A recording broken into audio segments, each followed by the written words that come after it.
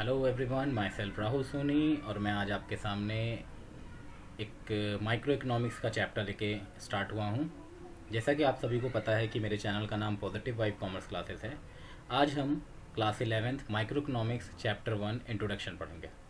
तो basically micro economics chapter 1 हमारा जो स्टार्ट होगा आज की ये सीरीज़ है। ये बेसिकली उन बच्चों के लिए है जो लॉकडाउन की वजह से किन्हीं ना किन्हीं कारणों की वजह से क्लासेस नहीं ले पा रहे हैं, नेटवर्क प्रॉब्लम की वजह से वो जूझ रहे हैं। तो मैं चाहता हूँ कि वो इस वीडियो को देख करके अपने सारे टॉपिक क्लियर करें, और अगर उन्हें कुछ क्वेरी होती है तो मुझसे वो कमेंट के तौर पे आप मुझसे बात कर सकते हैं। चलिए स्टार्ट करते हैं अपना topic. Introduction to economics, class 11th micro economics. This chapter the primary deal with the economy, central problem economy, explain the production possibility frontier. इस चैप्टर में हम स्टडी करेंगे इकोनॉमी, सेंट्रल प्रॉब्लम इकोनॉमी और production possibilities curve, जिसे हम लोग PPF, PPC, frontier curve भी कहते हैं। The frontier along this shape pertaining to be the subject, the highlight introduction economics and its branches, namely the micro and macro. तो अगर हम देखें तो कोई भी इकोनॉमी हमारी ऐसी नहीं है जो 100% रिसोर्सेज को यूज़ करके और गुड्स और सर्विस को प्रिपेयर कर सके। इसीलिए हमारे यहाँ सेंट्रल प्रॉब्लम इकोनॉमी का एक पार्ट ज़रूर होता है। और हमारे इकोनॉमिक्स की 2 कैटेगरीज हैं। फर्स्ट हमारी माइक्रो है, सेकंड हमारी मैक्रो है। तो हमारे पास 2 इकोनॉमिक्स हमारे पास सोर्सेज अवेलेबल है, जिसे हम लोग micro economics and macro economics कहते हैं। Topic 1, a simple economy. What is a simple economy? A society consists of people, and people of the society need many goods and service everyday life, including food, clothes, shelter, transport, road, railway, various service like teacher and doctor। तो अगर हम देखें society में हम सभी हैं और हम सभी मिलकर के बहुत सारी गुड्स और सर्विस को कंज्यूम करते हैं। जैसे हमारी लाइफ को जीने के लिए हमें फूड चाहिए, हमें कपड़े चाहिए, हमें शेल्टर्स चाहिए, हमें ट्रांसपोर्ट फैसिलिटी चाहिए, हमें रोड चाहिए, हमें रेलवे चाहिए, हमें टीचर्स और डॉक्टर, ऐसे बहुत सारे प्रोफेशनल्स की सर्विस चाहिए। In fact, the list of goods and service that any individual needs so large, no individual society to begin has all the things he need। जैसे मैंने आपसे पहले ही कहा था कि कोई भी सोसाइटी ऐसी नहीं है जो गुड्स और सर्विस खुद बनाए और सारे गुड्स और सर्विस को खुद कंज्यूम कर ले। इसलिए हमें सोसाइटी के अंदर हमारे पास डिफरेंट टाइप के प्रोड्यूसर और कंज्यूमर्स को होना एक नॉर्मल पार्ट है। For example, the teacher in a school has the skill required to impact education to the student. He can earn some money teaching student in the school and use money to obtaining good service that he want. जैसे कि teacher का example यहाँ दे रहा है। हम teachers जब आपको study करवाते हैं, जब आपको हम पढ़ाते हैं, तो हमें जो सैलरी मिलती है उस सैलरी से हम अपनी रिक्वायर्ड थिंग को परचेज करते हैं, अपने घर की नीड्स को पूरा करते हैं, और ये गुड्स और सर्विस कोई ना कोई प्रोड्यूस करता है। तो इकोनॉमी में हमेशा कोई ना कोई प्रोड्यूसर होता है, कोई कंज्यूमर होता है। तो हमेशा कोई कभी प्रोड्यूसर और कभी कंज्यूमर बन जाता है, क्योंकि कोई भी पर्सन ऐसा नहीं है जो सारे गुड्स और सर्विस को खुद प्रोड्यूस करे और खुद ही कंज्यूम करे। पॉइंट 4 कहता है, economy is a system which provide people with the mean to work earn a living. Economy हमारा एक सिस्टम है जिसके अंदर लोग काम करते हैं, पैसे कमाते हैं और अपनी लाइफ को अपने स्टैंडर्ड के बेसिस पे जीते हैं, अर्न अ लिविंग पे। पॉइंट 5 कहता है, economics is about study economic problem arise due to limited means having alternative use related to unlimited want. जैसे कि हम सभी जानते हैं कि ह्यूमन वांट हमारी अनलिमिटेड होती है, रिसोर्स हमारे लिमिटेड है। एक वांट के सेटिस्फाई होते ही दूसरे वांट का क्रिएशन ऑटोमेटिकली हो जाता है। इसीलिए हम कहते हैं कि हमारी ह्यूमन वांट अनलिमिटेड है, रिसोर्स हमारे लिमिटेड है। तो इन रिसोर्सेज के बेसिस के ऊपर हम अपनी वांट को सेटिस्फाई करने की कोशिश करते हैं। ठीक है, इस वांट को सेटिस्फाई करने के लिए हम लोग अल्टरनेटिव यूजेस करते हैं, अल्टरनेटिव रिसोर्स का यूज करते हैं।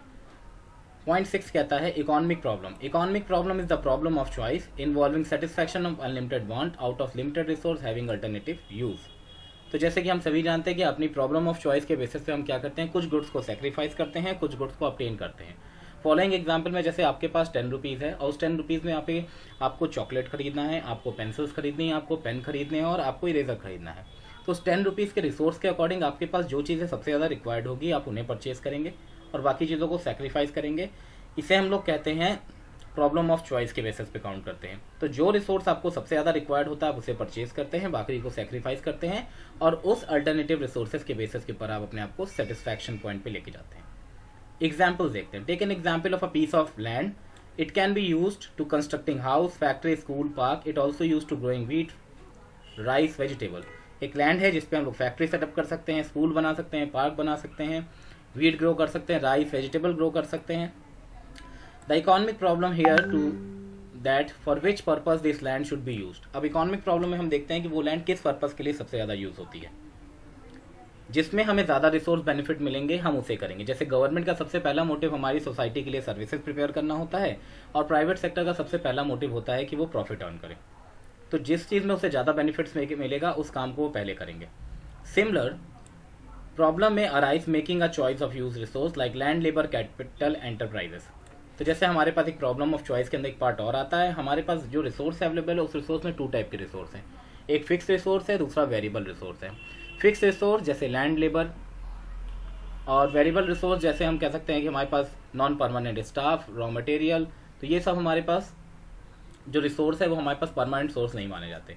तो हम क्या करते हैं, हम अपने रिक्वायरमेंट के हिसाब से यूजेस करते हैं रिसोर्स को। जैसे लैंड, लेबर, कैपिटल, जितना काम है उतने लेबर रखेंगे, जितनी बड़ी फैक्ट्री है उतना ही कैपिटल लगाएंगे, और जितने हमें एक्सपर्ट की रिक्वायरमेंट होगी हम उतने ही एक्सपर्ट भी रखेंगे एंटरप्राइजेस में। इन कई केसेस में आपको एंटरप्राइजेस की जगह एंटरप्रेन्योर्स भी मिलता है। नेक्स्ट पॉइंट आता है economic problem. Economic problem arise because the scarcity of resource relation to demand for them. हमेशा हर इकॉनमी में जो है इकोनॉमिक प्रॉब्लम होती है। वर्ल्ड की कोई भी इकॉनमी ऐसी नहीं है जिसके बेसिस के ऊपर हम कहें कि 100% गुड्स और सर्विस को वो सेल्फ प्रोड्यूस करे और सेल्फ कंज्यूम करे। इसलिए इकोनॉमिक प्रॉब्लम का आना नॉर्मल है। तो इकोनॉमिक प्रॉब्लम में हमारे पास 3 रीजंस हैं। First, want are unlimited. Second, resource are limited. Third, resource having alternative use. These 3 things is the most important. तो वांट्स आर लिमिटेड, अनलिमिटेड पढ़ते हैं हम लोग। The basic fact of human life, human want are unlimited. They are not only unlimited but also grow and multiple very fast. तो human want हमारी unlimited है। Human life के अंदर हमेशा एक वांट सेक्रीफाइस होती है तो दूसरी ऑटोमेटिकली ऑब्टेन हो जाती है, और इस ऑब्टेन वांट के बेसिस के ऊपर हमारी जो रिक्वायरमेंट है, जो हमारी अनलिमिटेड वांट है, वो बहुत तेजी से मल्टीप्लाई होती है।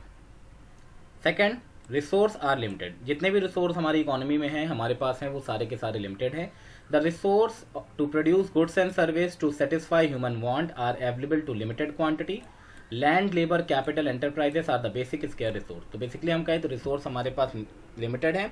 इस रिसोर्स में हमारे पास नेचुरल, ह्यूमन, मैन मेड जिसे हम कहते हैं, वो सारे रिसोर्स हमारे फिक्स हैं, जिसमें कि लैंड फिक्स है हमारे पास, लेबर फिक्स है, कैपिटल भी हमारी फिक्स है, और एंटरप्राइजेस के बेसिस पे हमारे पास रिक्वायरमेंट भी फिक्स है। These resources are available in limited quantity in every economy. ये रिसोर्स हमारी इकोनॉमी के अंदर लिमिटेड वे में मिलते हैं। बिग और स्मॉल, डेवलप और अंडर डेवलप, रिच और पुअर, सम इकोनॉमी में have more of 1, 2 resource but not all the resource. तो बहुत सारी इकोनॉमी ऐसी जिसके पास 2 या 2 से ज़्यादा रिसोर्स है, बट सभी रिसोर्सेज की पॉसिबिलिटीज नहीं है।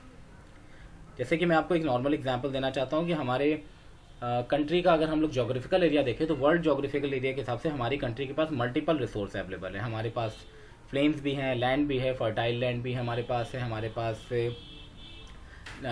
डिफरेंट टाइप के रिसोर्सेज है जिसके बेसिस से हम इकॉनमी को डेवलप कर सकते हैं। For example, Indian economy has relieve more labour but less capital land. तो जैसे इंडियन इकॉनमी के अंदर हमारे पास क्या है, हमारे पास मोर लेबर है, हमारे यहाँ एम्प्लॉयमेंट के लिए बहुत सारे लोग मिल जाते हैं, और हम लोग कैपिटल मतलब कि जिसे हम लोग टेक्नोलॉजी कहते हैं उसे हम लोग कम यूज़ करते हैं। The US economy relatively more land but less labour. US के पास जैसे इकॉनमी में क्या है, उनके पास लेबर कम है, वो टेक्नोलॉजी ज़्यादा यूज़ करते हैं। No economy in the world rich all the resource. जैसे मैंने आपसे कहा था ऑलरेडी कि कोई भी इकॉनमी वर्ल्ड के अंदर 100% रिसोर्स के बेसिस पे रिच नहीं है। उसके पास जो रिसोर्स हैं वो उसी को प्रोड्यूस करता है, उन्हीं गुड्स को एक्सपोर्ट करके और अपनी इनकम अर्न करता है, और दूसरी कंट्री से गुड्स को परचेज करता है। इसी वजह से हमारा इंटरनेशनल बिजनेस भी लॉन्ग लाइफ समय से चलता चला आ रहा है। थर्ड कहता है रिसोर्स हैव अल्टरनेटिव यूज। हर रिसोर्स के अल्टरनेटिव यूज हैं। Generally a resource has many alternative use. A worker can be employed in a factory, in a school, government office, self employed as so on. तो ये हमारे resource हैं। एक worker जो कि एम्प्लॉयड होता है फैक्ट्री में, एक होता है स्कूल में, एक होता है गवर्नमेंट ऑफिस में, एक होता है सेल्फ एम्प्लॉयड। तो ये हमारे पास अल्टरनेटिव यूजेस हैं। Like this nearly all the resource have alternative uses, but the problem is that which resource should be put to which use. अब जो रिसोर्स हमारे पास फिक्स है उस रिसोर्स में हमें ये देखना है कि किस रिसोर्स को हमें कहाँ पे लगाना है जिससे कि हमें ज़्यादा बेनिफिट मिल सके, हमारी इकोनॉमी के अंदर इनकम का सोर्स बढ़ सके। नेक्स्ट पॉइंट आता है scarcity. Scarcity means acute shortage. In economics the short supply of a resource in relation to the demand. Resources of the economy are scarce with the result that the economy can't produce all the society needs. तो resource हमारे पास क्या है, square है। Scarcity का मतलब economy में होता है एक्यूट शॉर्टेज, और हिंदी में हम उसे कहते हैं कमी। तो बेसिकली अगर हम लोग देखें तो जो भी रिसोर्स हमारे पास है वो स्केयर कंडीशन पे है। जैसे अगर मैं कहूँ आपके फादर की इनकम, वो भी स्केयर कंडीशन पे है। एक लिमिटेड इनकम के बेसिस पे वो अपनी लिमिटेड वांट को ही पूरा कर सकते हैं, अनलिमिटेड वांट को पूरा नहीं कर सकते। फर्स्ट जैसे एग्जाम्पल कह रहा है ग्रेटर स्कार्सिटी हाई प्राइस, तो जब स्कार्सिटी बढ़ जाती है चीज़ों की तो प्राइस हाई हो जाता है। जैसे पेट्रोल के प्राइस तो आप हमेशा देखते हैं बढ़ते रहते हैं, डायमंड वैसे ही महंगा होता है। तो वो ये सब रिसोर्स क्या है मार्केट के अंदर बहुत कम मिलते हैं, ये सब नेचर से बहुत कम मिलते हैं हमें, तो इसलिए ये स्केयर है, इनके यूजेस ज़्यादा हैं। फिर आता है लेसर स्कार्सिटी लेसर प्राइस, जब हमारे पास किसी गुड्स की स्कार्सिटी कम होती है तो उसका प्राइस भी लेस होता है। जैसे वाटर, कहने के लिए तो वाटर हमारे पास प्रीशियस है, बट अगर हम कहें तो हम वेस्ट भी उसे बहुत फ्रीक्वेंटली करते हैं क्योंकि हमें किसी तरह का कोई एक्स्ट्रा इनकम तो उसे देनी नहीं पड़ती। बट जब उसी वाटर को हम 20 रुपीज़ बॉटल परचेज करते हैं कहीं कहीं बाहर प्लेस पे, तो उसमें से एक भी ड्रॉप वाटर हम वेस्ट नहीं करते हैं, सारा का सारा वाटर हम ड्रिंक करते हैं। Third point, no scarcity no price, जैसे एयर वी ब्रीथ, यहाँ कोई स्कार्सिटी नहीं है तो इसका कोई भी प्राइस नहीं है। पॉइंट नेक्स्ट आता है economising. Economising of resource means the resource are to be used in such a manner that maximum output realise per unit input. It also means optimum utilisation of resource. Economising resource means कि जो resource हमारे पास available है उनका greater benefit create करना और उससे ज़्यादा goods और सर्विस को प्रिपेयर करना, रिसोर्स वेस्ट ना हो, क्योंकि अगर रिसोर्स वेस्ट नहीं होंगे तो हमारे पास बेनिफिट बढ़ेगा, हमारी इकोनॉमी का बेनिफिट्स बढ़ेगा और हमारी इनकम बढ़ेगी, और लेस वेस्टेज से हमारी नेचर को भी कम नुकसान होगा। नेक्स्ट मोस्ट इंपॉर्टेंट पॉइंट आपका जो आता है, हर एग्जाम में आपको मिलेगा, ये आपके स्कूल के हर पेपर के अंदर ये टॉपिक आपको ज़रूर मिलेगा, central problem of an economy. The problem making a choice among the alternative use of resources known as basic central problem. तो जब हमारे पास प्रॉब्लम मेकिंग का चॉइस आती है तो उस समय सेंट्रल प्रॉब्लम का क्रिएशन होता है। There are many central problem of an economy but according to syllabus we to do that. जैसे हमारे पास तो बहुत सारी सेंट्रल प्रॉब्लम है बट आपके सिलेबस के हिसाब से हम 3 पढ़ेंगे, what to produce, how to produce, for whom to produce. तो फर्स्ट हमारे पास है, देखिए, problem of allocation of resource. Every economy has limited resource which can alternative to be used to produce different goods and service. Hence, it has to allocate its available resources in the production of different goods and service in such a manner ideal meet need the society. तो जो हमारे पास resources हैं उसमें allocation of resource का हम benefits use करते हैं। जो भी रिसोर्स हमारे पास इकोनॉमी में अवेलेबल है उन रिसोर्सेज को हम लेस वेस्ट करते हैं और मोर बेनिफिट क्रिएट करने की कोशिश करते हैं जिससे सोसाइटी के सेटिस्फैक्शन की नीड को हम बढ़ा सकें। While allocating the resource optimally, the decision of the following 3 central problem. First, what to produce. These are the 3 basic central problem: what to produce, how to produce, whom to produce. तो what to produce के अंदर हम देखेंगे कि हम क्या goods और service बनाएं। जो गुड्स और सर्विस हम बनाएंगे वो गुड्स और सर्विस क्या होनी चाहिए। What to produce the refer to the problem in which decision regarding the which goods or service to be produced is to be taken.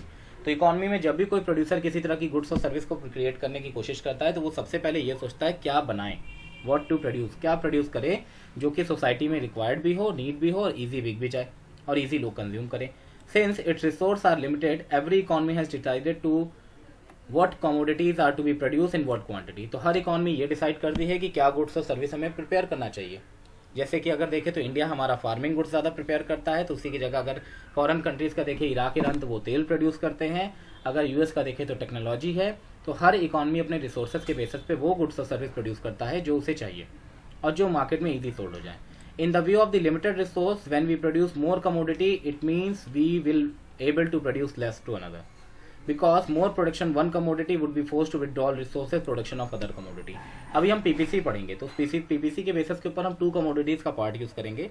जैसे मैंने आपको 10 रुपीज़ दिए थे, उसके अंदर आपको गुड्स और सर्विस लाने थे, तो आपने कुछ को सेक्रीफाइस किया और कुछ को गेन किया। इस बेसिस पे हमारे पास जो रिसोर्स लिमिटेड हैं उनको अगर हम लोग काउंट करते हैं, तो अगर हम किसी गुड्स और सर्विस को प्रिपेयर करते हैं, फॉर एग्जाम्पल अगर मान लीजिए इकोनॉमी के अंदर हमें गन और बटर दोनों प्रोड्यूस करने हैं, तो अगर हमें गन का मोर प्रोडक्शन करना है तो बटर को हमें सेक्रीफाइस करना पड़ेगा, और अगर हमें बटर को प्रोड्यूस करना है तो गन को सेक्रीफाइस करना पड़ेगा। तो इसलिए हम लोग लिमिटेड रिसोर्स के अंदर कोशिश करते हैं जो भी हमारे पास कमोडिटी हम प्रोड्यूस कर सकते हैं उसकी हम हायर क्वांटिटी प्रोड्यूस करें और उसके लिमिट के हिसाब से। नेक्स्ट आता है, so the economy has to choose between capital good like machinery tools, civil goods like cloth watch, consumer good wheat and shoes, sugar, military goods, gun and tank necessary for the life such as a food, cloth, housing, luxury goods etcetera. तो economy में बहुत सारे goods होते हैं। जैसे अगर हम कहें कैपिटल गुड्स तो मशीनें, टूल्स, अगर हम कहें कि सिविल गुड्स में cloth, watch, radio, consumer goods में हम लोग कह सकते हैं तो wheat, cloth, shoes, sugar, military goods में हम लोग कह सकते हैं gun, bomb, tank, necessity of life के अंदर such of food, clothing, house, and luxury goods के अंदर कार, कलर टीवी एटसेट्रा। तो ये सारे गुड्स और सर्विस हम जो प्रोड्यूस करते हैं, ये सारे गुड्स और सर्विस हमारे रिक्वायरमेंट के बेसिस पे होते हैं। हम इसे अननेसेसरी नहीं प्रोड्यूस करना चाहते, क्योंकि हमारे पास रिसोर्स फिक्स हैं। जैसे कि गवर्नमेंट 5 ईयर प्लान बनाती है, तो 5 ईयर प्लान के अंदर हमारे पास ग्रोथ, डेवलपमेंट, इंफ्रास्ट्रक्चर, सैनिटेशन, ये सब कुछ होते हैं। तो जब गवर्नमेंट को अगर मान लीजिए जैसे कि एग्जांपल फार्मिंग सेक्टर पे अगर ज़्यादा फोकस करना है, तो बाकी सेक्टर को वो कम जो है ध्यान देती है और फार्मिंग सेक्टर पे ज़्यादा फोकस करती है।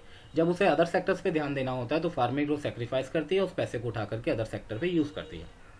नेक्स्ट पॉइंट कहता है the guide of the principle economy here to allocated resource such a way that give maximum aggregate utility of the society. तो हमारा जो प्रिंसिपल है गाइडिंग प्रिंसिपल इकोनॉमी का, वो ये प्लान करता है कि जो भी रिसोर्स हम यूज़ करते हैं उसका मैक्सिमम एग्रीगेट यूटिलिटी हम प्रोड्यूस करें, और उस मैक्सिमम एग्रीगेट यूटिलिटी के बेसिस के ऊपर हम गुड्स और सर्विस को हाई क्वांटिटी प्रोड्यूस करें और रिसोर्सेज को वेस्ट ना करें। नेक्स्ट पॉइंट आता है how to produce. How to produce we having a 2 types of technique, labour intensive and capital intensive. Labour intensive means more labour less capital, means less technology use, and capital intensive having a more capital less labour, means more technology less labour. How to produce the refer to the problem in which design regarding the technique of production should be used and taken. Goods and service can be produced with two way by labor intensive technique by using the capital intensive technique. Under the labor intensive technique, more of the labor, less of the capital per unit output is used in producing goods and services, while capital intensive technique, more of the capital and less of the labor per unit of is used. तो जैसे economy के अंदर मान लीजिए अगर लगता है कि एम्प्लॉयमेंट हमें देना है, तो हम एम्प्लॉयमेंट के लिए लेबर पे ज़्यादा काम करते हैं और टेक्नोलॉजी को कम यूज़ करते हैं। और अगर हमें लगता है कि इकोनॉमी में हमें टेक्नोलॉजी का ज़्यादा यूज़ करना है, तो हम टेक्नोलॉजी ज़्यादा करते हैं, तो लेबर को कम यूज़ करते हैं। तो ये हमारे पास होता है how to produce. Thus the economy has decide whether to choose goods and service should be produce with the help of automatic machine handicraft और handicraft. Every method of production has own advantage and disadvantage. तो अगर हम कहें कि हमें goods produce करना है, तो चाहे वो मशीन हो चाहे वो हैंडीक्राफ्ट हो, वो हम डिसाइड करते हैं, क्योंकि हैंडीक्राफ्ट पे हमें लेबर फोर्स काम करती है और मशीन पे कैपिटल इंटेंसिव फोर्स। तो सबके अपने एडवांटेज हैं और सभी के अपने डिसएडवांटेज हैं। For example, on one side use to more capital, automatic machine increase the quantity of and improvement of quality of production, but the result unemployment required to lesser number of labour. अगर हम capital intensive force का ज़्यादा use करते हैं तो हम ये देखते हैं कि हम अनएम्प्लॉयमेंट को ज़्यादा बढ़ाते हैं। On the other hand, if other side handicraft generate more employment but the smaller amount of production. और अगर हम लोग बात करते हैं कि लेबर पे काम करते हैं, तो प्रोडक्टिविटी कम जनरेट होती है, उसकी कॉस्ट हाई होती है। The guiding principle of an economy is such a case deciding about the technique of production in the basis of cost and production. Those technique of production should be used which led to least possible cost per unit of commodity. तो हम guiding principal के basis पे ये देखते हैं कि जो goods हमारे हैं उसे हमें कैसे प्रोड्यूस करना है, कितनी लेबर इंटेंसिव फोर्सेस पे काम करना है, कितनी कैपिटल इंटेंसिव फोर्स पे, जिससे हमारी इकोनॉमी का डेवलपमेंट भी होता है। फिर आता है for whom to produce. For whom to produce के अंदर आता है विच सेक्शन ऑफ सोसाइटी का पार्ट हम लोग यूज करते हैं, कि रिच के लिए बनी है, मिडिल के लिए बनी, पुअर के लिए बनी है। For whom to produce refer to the problem which design regarding the category of people are going to consume goods economically, poor और rich। तो हम जो गुड्स बनाएंगे वो ये देखेंगे कि हम लोग रिच के लिए बना रहे हैं कि पुअर के लिए। फॉर एग्जाम्पल अगर हम देखें तो जो लग्जीरियस गुड्स होते हैं वो बेसिकली रिच के लिए होते हैं, और हमारे पर नॉर्मल गुड्स जो होते हैं वो पुअर्स के लिए होते हैं। As we know, the goods and service are produced, those who can purchase them have to be capacity to buy them। जैसे अगर हम लोग कहें तो ब्रांड कार अगर हम लोग बात करते हैं फरारी वगैरह की, तो वो लिमिटेड क्वांटिटी बनती है, क्योंकि उनके परचेज जो करने वाले लोग होते हैं वो भी लिमिटेड होते हैं। और अगर हम लोग बाकी गुड्स और सर्विस की बात करें तो उसको गुड्स ज़्यादा लोग प्रोड्यूस करते हैं, क्योंकि उसके परचेज करने वाले लोग ज़्यादा होते हैं। Capacity to buy depend upon the how income distributed factor of production। The higher income, the higher will be the capacity to buy, vice versa। तो हम डिपेंड करता है हमारी कैपेसिटी हमारी इनकम के बेसिस पे। अगर हम इनकम हमारी हाई है तो हम ऐसे गुड्स प्रोड्यूस करें कि जिससे लोग हर गुड्स को कंज्यूम कर सके। अगर हमारी इनकम लो है तो हम ऐसे गुड्स प्रोड्यूस करें जिससे लो इनकम गुड्स ग्रुप जो है कंज्यूम कर सके। We know that the whole output is distributed among the factor of production which have to be contribute to it. तो अगर हम देखते हैं कि सारा आउटपुट हम कैसे प्रोड्यूस करते हैं कि हमारा कंट्रीब्यूट हो जाए इकोनॉमी के अंदर। फॉर एग्जाम्पल अगर मैं आपसे बोलूँ तो शैम्पू का अगर मैं एग्जाम्पल लेता हूँ तो शैम्पू के सैशे भी आते हैं, शैम्पू की बॉटल्स भी आती हैं। अगर हम एग्जाम्पल लेना चाहें तो bottles basically rich people use करते हैं और सैशे जो हमारे होते हैं वो poor people. Since the production in the combination effort, all the 4 factor production, land, labor, capital, enterprises, distribution of the money income, rent, wage, interest, profit, who should get the how much, thus the problem। तो हम देखते हैं कि production के अंदर हमारे पास जो effort लगता है वो 4 फैक्टर्स पे लगता है, जैसे लैंड, लेबर, कैपिटल, एंटरप्राइजेस। ये 4 हमारे फैक्टर्स हैं। इनके बेसिस पे हम money, income, rent, wages, interest और प्रॉफिट अर्न करते हैं, और हम ये कोशिश करते हैं कि उसके बेसिस के ऊपर हमारे पास जो इनकम का सोर्स है वो ऐसा हो जिससे इकोनॉमी में किसी को प्रॉब्लम ना हो। The guiding principle in the economy must seen here that the important and urgent want of its citizen are being satisfied maximum possible extent. और जैसे कि हम देखते हैं इंडिया हमारी बहुत सारी गुड्स और सर्विस को प्रोड्यूस करता है और हर कंज्यूमर को सेटिस्फाई करने की कोशिश करता है। तो हम कोशिश करते हैं कि जो गुड्स और सर्विस हम बनाएं अपने सिटीजन के हिसाब से, जिसे वो कंज्यूम करके और सेटिस्फाई हो सकें। नेक्स्ट टॉपिक हमारा आता है प्रोडक्शन पॉसिबिलिटी फ्रंटियर, जिसे हम लोग पीपीएफ कहते हैं, पीपीसी कहते हैं, अलग अलग बुक में अलग अलग दिया होता है। Production possibility frontier is a curve which depend all the possible combination of two good which can be produce with the given resource technology of an economy. PPC हमारा क्या है, एक पॉसिबल कॉम्बिनेशन है टू गुड्स का, जो कि economy में goods और सर्विस को प्रोड्यूस करने के लिए प्रिपेयर करता है। तो जब हमें एक गुड्स परचेज करना पड़ता है, एक गुड्स का हम प्रोड्यूस करते हैं, तो दूसरे को हम सेक्रीफाइस करते हैं। Production possibility frontier is known as a production possibility curve और द ट्रांसफॉर्मेशन कर्व। तो मैंने कहा ना पीपीसी, पीपीएफ ये सारे हमारे सेम है। The concept of PPC is the based on the following assumption. तो पीपीसी का जो कंसेप्ट होता है वो किस पे है, first the amount of resource economy fix, क्योंकि हमारे पास रिसोर्स फिक्स हैं। Second the technology unchanged, technology हमारी फिक्स है। Third the resource efficient full employed, resource हमारे फिक्स हैं। फोर्थ कहता है all resource not equally efficient to all production, सारे रिसोर्स हर तरह के गुड्स को प्रोड्यूस करने के लिए एफिशिएंट नहीं है। अब देखिए ये एक हमारा स्केड्यूल है, इसमें हम देखते हैं प्रोडक्शन पॉसिबिलिटी का। आप देखते हैं ये कॉम्बिनेशन हमारे हैं। ये प्रोडक्शन ऑफ राइस है लाख टन के अंदर, तो जितने लाख टन राइस का हम प्रोडक्शन करेंगे उतना ही लाख टन हमारे टैंक का प्रोडक्शन कम हो जाएगा, क्योंकि मनी तो उतनी ही हमारे पास, गवर्नमेंट के बजट में गवर्नमेंट के पास पैसा तो उतना ही है। तो अगर उसे लगता है कि उसे टैंक ज़्यादा बनाने हैं तो उसे राइस सेक्रीफाइस करना पड़ेगा, अगर उसे लगता है राइस ज़्यादा प्रोड्यूस करना है तो टैंक सेक्रीफाइस करना पड़ेगा। It help us to understand solve the problem what to produce in what quantity. PPC basically problem को सॉल्व करता है, what to produce in what quantity की problem. Let us take the simplicity assume that given resource technology in an economy produce only two goods, namely rice and tank, and show the production possibility schedule. अब देखिए ये graph है, यहाँ पे tank है, ये rice है। जब हमें टैंक का प्रोडक्शन अगर हम कम करते हैं तो राइस का प्रोडक्शन ऑटोमेटिकली बढ़ जाता है। ये देखिए एरो जा रहा है ना, ये डाउनवर्ड जा रहा है, ये जो है पैरेलल जा रहा है एक्स। तो ऐसे ही हमारे गुड्स और सर्विस, ये कर्व ऑटोमेटिकली आपकी ड्रॉ हो जाएगी, इसे हम लोग कहेंगे PPC curve. In the given diagram, tank measure to the vertical axis where the rice measure to horizontal axis. If the economy decide use all the resource production tank, the OA quantity tank will be produced, rice cannot be produced. On the other hand, if the devoted axis be rice, of the OF amount of the rice will be produced, tank can be manufactured. तो जैसे हम लोग कहें ना, मैंने कहा आपसे कि अगर राइस प्रोड्यूस करना है तो टैंक सेक्रीफाइस होगा, टैंक प्रोड्यूस करना है तो राइस सेक्रीफाइस आएगा। तो यहाँ पे ये कह रहा है ना, the two extreme possibility in between the any possibility another the alternative economy devoted the part tank and a part of the production of rice. In the case of their different possibility production indicated the A, B, C, D, E, F, the production possibility curve point. तो यहाँ पे जो ये आपको point मैंने दिखाया था, ये जो A, B, C, D, E, F जो पॉइंट दिख रहा है, ये सारे इसके कॉम्बिनेशन हैं डिफरेंट गुड्स के, जिसके बेसिस पे हम गुड्स और सर्विस को प्रिपेयर करते हैं। अब हमारा ये पीपीएफ का एक और केस है जिसके अंदर हम लोग पढ़ते हैं full employment, under employment cases पढ़ते हैं। हाँ, तो फुल एम्प्लॉयमेंट हमारे पास क्या बोल रहा है, full employment, under employment case. तो ये देखिए पीपीसी के अगर इंटरनल कोई पार्ट होगा, जैसे यू और आई है, तो ये रिसोर्स हमारे अंडर यूटिलाइज है, हमने रिसोर्स को प्रॉपर यूटिलाइज नहीं किया, रिसोर्स हमारे ये थे और हम इसे प्रॉपर यूज़ नहीं कर पाए, हमने रिसोर्सेज को वेस्ट कर दिया। अगर कोई केस ऑन द लाइन है तो उसे हम कहते हैं resource are fully efficient utilise. और अगर कोई केस हमारे पास आउटसाइड है, जैसे यहाँ मैं जहाँ पे अपना माउस सर्कल कर रहा हूँ, अगर यहाँ है तो ये फ्यूचर एक्सपेक्टेशन होती है हमारे पास पीपीसी की। Curve the full employment resource, it is the representing the all PPC curve economy decided whether the goods XY should be produced. It means the economy decided how resource to be allocated, goods or service, the desired allocation to goods such as the point A to PP representation on such case. देखो ये देखो यहाँ point दे रहा है ना, तो ये हमारे पास ऑन द लाइन है, तो ये हमारे पास रिसोर्स फुल्ली यूटिलाइज हो गए।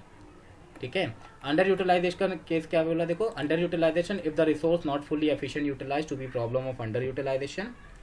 Under utilisation arise the because the unemployment inefficiency. अब रिसोर्स है मगर फिर भी हम रिसोर्स नहीं यूज कर पा रहे, तो उसकी वजह से हमारे पास क्या हो रहा है, अनएम्प्लॉयमेंट और इनएफिशिएंसी आ जा रही है। फिर आता है the problem of unemployment. Unemployment की प्रॉब्लम क्यों है, if the actual combination two goods below the PPC it means the resource not fully employed, combination must be somewhere PPC. For example the combination U below the PPC representing unemployment, the resource are not fully utilized. The problem unemployment क्यों है? क्योंकि हमारी economy में इतने resource हैं, उन्हें हम proper utilise करके गुड्स और सर्विस को प्रोड्यूस नहीं कर पा रहे हैं, और जब गुड्स और सर्विस को प्रोड्यूस नहीं कर पा रहे हैं तो उसके बेसिस पे हमारे पास बेनिफिट नहीं क्रिएट हो रहा है, इसीलिए अनएम्प्लॉयमेंट है।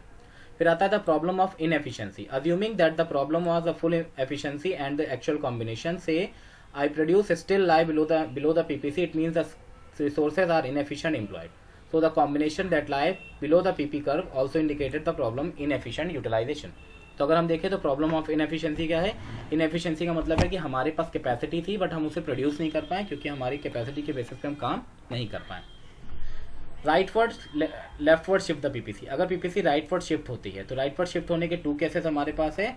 Resource increase when PPC curve show the combination two piece goods utilization resource efficiently, but the economy tried to increase resource, more can be produced. PPC based on assumption the amount of economy fixed, the resource fixed, once more good only the sacrifice of the quantity other. तो हमारा PPC तभी rightward shift होता है जब Y और X दोनों commodity के resource बढ़ रहे हों। तो जैसे अगर हम कहें कि हमने लैंड को हम लोग मैन्योर डाल करके अगर प्रिपेयर कर सकते हैं तो हमारी प्रोडक्टिविटी बढ़ जाएगी। Cannot produce more both goods, however the resource increase we can produce more piece of we cannot produce more of both goods, however when the resource increase we can produce more piece of both good. For example, discovery of the oil reserve Gulf country had to be sustainable shift to the rightward shift PPC country. When technology change, generally the better change technology for the better technology means more quantity both the goods produce.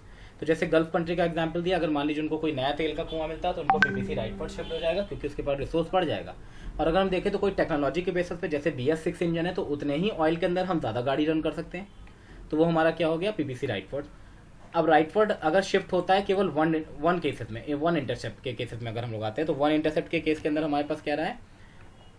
देखिए one intercept में या तो हो सकता है Y पे shift हो या एक्स पे, तो सेम कंडीशन होगी। रिसोर्स इंक्रीज, टेक्नोलॉजी अपग्रेड, ये टू पार्ट्स हमारे पास पीपीसी के शिफ्ट होने के हैं rightward. Resource increase, technology upgrade. अगर मान लीजिए एक्स एक्सिस पे होता है तो एक्स का ही रिसोर्स इंक्रीज होगा, एक्स की ही टेक्नोलॉजी अपग्रेड होगी। अगर वाई का होगा तो वाई का ही इंक्रीज होगा, वाई की ही टेक्नोलॉजी अपग्रेड होगी। अब आते हैं हम लोग लेफ्टवर्ड पीपीसी। लेफ्टवर्ड क्यों होती है? क्योंकि हमारे पास रिसोर्स डिक्रीज हो जाता है और टेक्नोलॉजी हमारी डिग्रेड हो जाती है। रिसोर्स विद द सोसाइटी में be decrease due to unusual happening in earthquake, war, natural calamity, flood, such situation production capacity country decrease, the PPC front shift leftward. अगर हम कहें कि पीपीसी हमारी लेफ्टवर्ड क्यों शिफ्ट होती है तो मान लीजिए कोई नेचुरल कैलेमिटी की वजह से हमारा रिसोर्स वेस्ट हो गया, हमारी लैंड खराब हो गई, हमारी फर्टिलिटी खत्म हो गई, बाढ़ आ गई, तो उस वजह से हमारा पीपीसी लेफ्टवर्ड शिफ्ट हो जाएगा। अब नेक्स्ट आते हैं the opportunity cost. Opportunity cost क्या होती है? अपॉर्चुनिटी कॉस्ट का मतलब होता है next best alternative. The opportunity cost has occupied very important place in the economy. Modern economist have to use the concept of opportunity cost in allocation of resource. Beside other fees, simply opportunity cost means opportunity. What is given up getting something is called opportunity costing. For instance, theoretically, if consumer has to forego 2 cups of tea, getting a 1 glass of orange juice, opportunity cost of 1 glass of orange juice will be 2 cup of tea. तो अगर मान लीजिए आपको offer करते हैं कि 2 cup चाय पिलाएंगे या आपको हम कहेंगे कि 1 गिलास आपको जूस पिलाएंगे, तो अपने जूस को अगर आपने पिया है, चाय छोड़ दी है, तो आपकी टी आपकी क्या हो जाएगी? अपॉर्चुनिटी कॉस्ट बन जाएगी इक्वल टू आपके जूस के। Thus opportunity cost any commodity is amount of other good will be ordered to produce commodity. Alternatively, opportunity cost given activity value of the next best alternative. तो हम लोग क्या बोलते हैं? अपॉर्चुनिटी में जब भी लिखिएगा आप हमेशा ये ध्यान रखिएगा कि एक चीज़ आपको लिखनी है, opportunity cost mean the next best alternative cost is known as opportunity cost. अब हम लोग आते हैं next point, marginal opportunity cost. In addition to the cost the term of number unit commodity sacrifice to produce one more additional unit of other. तो अब जैसे यहाँ example दिया हम लोगों ने राइस और गन का लिया है, तो राइस और गन को हम लोग प्रोड्यूस कर, तो राइस का प्रोडक्शन बढ़ा रहे, गन को सेक्रीफाइस कर रहे हैं, तो हमारा एमओसी देखिए कैसे निकलेगा। यहाँ 1 यूनिट इंक्रीज होता जा रहा है, यहाँ पे हमारे पास डिक्रीज होता जा रहा है। तो देखिए 1 gun 1 rice, 2 gun 1 rice, 3 gun 1 rice, 4 gun 1 rice, 5 gun 1 rice. तो इसे हम लोग कहते हैं MRT, रेट ऑफ ट्रांसफॉर्मेशन। तो MRT का मेथड क्या होता है? Delta x upon delta y, या हम लोग कहते हैं इसको गेन अपॉन लॉस या loss upon gain. Next point हमारा आता है पीपीसी शेप। पीपीसी हमारे पास 3 शेप की होती है, कॉनकेव, कॉन्वेक्स, स्ट्रेट लाइन। अगर आपका अपॉर्चुनिटी कॉस्ट जैसे इंक्रीजिंग ऑर्डर है तो बनेगा आपका शेप कॉनकेव, ठीक है। अगर आपका ये देखिए मैं आपको फिर से दिखा रहा हूँ, MRT आपका जैसे 1 2 3 4 5 6 है तो आपका शेप बनेगा कॉनकेव। अगर ये बनेगा 5 4 3 2 1 तो शेप बनेगा कॉन्वेक्स, और अगर ये बनेगा 1 1 1 1 1 1 कॉन्स्टेंट बनेगा तो बनेगा स्ट्रेट लाइन। तो PPC concave to the point of origin because the increasing marginal opportunity cost MOC, this behaviour MOC based on the assumption that all the resources are equal, not equally efficient. Production of a good rise of in opportunity cost occur when factor resource which are specialized more adopting the production of a particular good, say gun, transfer to production of another. तो यहाँ पे जैसे हम लोगों ने rice और gun का देखा था, राइस को हमें प्रोड्यूस करने के लिए गन को सेक्रीफाइस करना पड़ा था, तो इसलिए हमारा एमओसी कैसा बना, कॉनकेव का शेप बना। कॉनकेव शेप आपको ये होता है, आप लोग को याद है कि नहीं पता नहीं मुझे। कॉनकेव शेप मतलब ये शेप आपका कॉनकेव कहा जाता है। अगर कॉन्वेक्स होगा तो यही शेप आपका नीचे से चला जाएगा, और अगर हम कहेंगे स्ट्रेट लाइन है तो ये डाउनवर्ड, सीधे स्ट्रेट लाइन डाउनवर्ड जाएगी, तो इसे हम लोग कहेंगे स्ट्रेट लाइन। ठीक है, अब नेक्स्ट पॉइंट पे हम लोग आते हैं। नेक्स्ट आता है प्रॉपर्टी ऑफ पीपीसी। तो देखिए मोस्ट इंपॉर्टेंट टर्म आपका है पीपीसी और उसकी प्रॉपर्टी। पीपीसी का पहला टर्म है डाउनवर्ड स्लोपिंग होता है इसका, PPC downward slope. PPC is downward sloping. The downward slope PPC means the country want to produce one more good, produce the less of quantity another. इसका downward shape होने का sense है कि एक goods अगर हम प्रोड्यूस करेंगे तो दूसरे को ऑटोमेटिकली हम सेक्रीफाइस करेंगे। फिर आता है PPC convex to the point of origin. Concave shape PPC imply the slope of PPC increasing. PPC defined the quantity of y good to exchange of additional good of x. तो हम देखते हैं कि concave तब बनता है कि एक गुड सेक्रीफाइस करके दूसरा गेन करते हैं। फिर हमारे पास आता है additional unit of x, slope of production possibility curve x and y, delta x upon delta y. तो हम लोग का पीपीसी निकालने के लिए हमारा वही सेम मेथड है, delta y upon delta x. Other shape देखिए ये रहा हमारा, देखिए यहाँ पे 5 4 3 2 1 है, तो शेप हमारा बन गया कॉन्वेक्स, और यहाँ पे हमारे पास 5 5 5 5 है, तो ये बन गया स्ट्रेट लाइन। ठीक है, अब लास्ट पॉइंट देखिए हमारा चल रहा है माइक्रो एंड मैक्रो इकोनॉमिक्स का। माइक्रो इकोनॉमिक्स को हम लोग इंडिविजुअल इकोनॉमिक्स कहते हैं। Micro economics study the behaviour of individual economic unit like household, firm, individual, consumer, producer. It means instrument are demanded and supply, it call the price theory. तो basically micro economics हमारे individual consumer के basis पे होता है, और इसे हम लोग प्राइस थ्योरी कहते हैं। जैसे हम और आप हैं, ये सब माइक्रो इकोनॉमिक्स है। और मैक्रो इकोनॉमिक्स में एक वर्ड जुड़ जाता है एग्रीगेट। ये macro economics is the part of economic theory with the study economy as a whole, such as the national income, aggregate employment, general price level, aggregate consumption, aggregate investment. तो अगर aggregate के word की बात हो रही है तो macro economics है। मैक्रो इकोनॉमिक एग्रीगेट मतलब सबको जोड़ देता है वो कंट्री के। It main instrument aggregate demand, aggregate supply. It is also known as a income theory of employment theory. तो मैक्रो इकोनॉमिक्स को हम लोग इनकम थ्योरी या एम्प्लॉयमेंट थ्योरी कहते हैं। अब नेक्स्ट हमारे पास वर्ड टू द मैटर है, जैसे इकोनॉमी जो हम लोगों ने पढ़ा है, economics, economic problem, scarcity, इकोनोमाइजिंग of resource, central problem economy, what to produce, how to produce, whom to produce, consumption, production, production possibility curve, opportunity, marginal opportunity, transformation cost, macro economics. ये सारे के सारे हमारे पॉइंट वही हैं जो short term summary में हमारे पास अवेलेबल है। मैं कोशिश करूँगा कि आपको इसकी पूरी कॉपी करके मैं आपको आपके यूट्यूब के लेक्चर के अंदर मैं दे दूँ, और उम्मीद करता हूँ कि लेक्चर आपको बहुत पसंद आया होगा। और नेक्स्ट लेक्चर आपको मैं कोशिश करूँगा हर डे मैं आपको एक लेक्चर देता रहूँ, जिससे आपको किसी तरह की कोई प्रॉब्लम ना हो।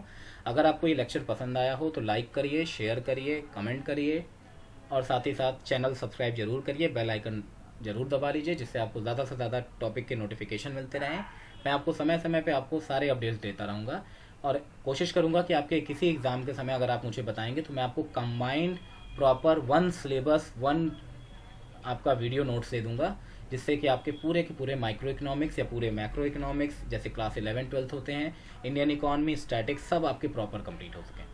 तो इसी के साथ मैं आपसे विदा लेता हूँ। जल्दी ही फिर मिलेंगे नेक्स्ट लेक्चर के साथ, और नेक्स्ट लेक्चर आपको बहुत अच्छा मिलेगा, ये मेरी श्योरिटी है। साथ ही साथ आपके लिए मैं जो भी बेहतर कर सकता हूँ तो उसे करूँगा। प्लीज़ चैनल को लाइक करिए, शेयर करिए, कमेंट करिए और सब्सक्राइब करिए, और ज़्यादा से ज़्यादा सब्सक्रिप्शन दीजिए, जिससे कि मैं आप मोटिवेट होकर के और अच्छी अच्छी वीडियो आपको दे सकूँ। Thank you.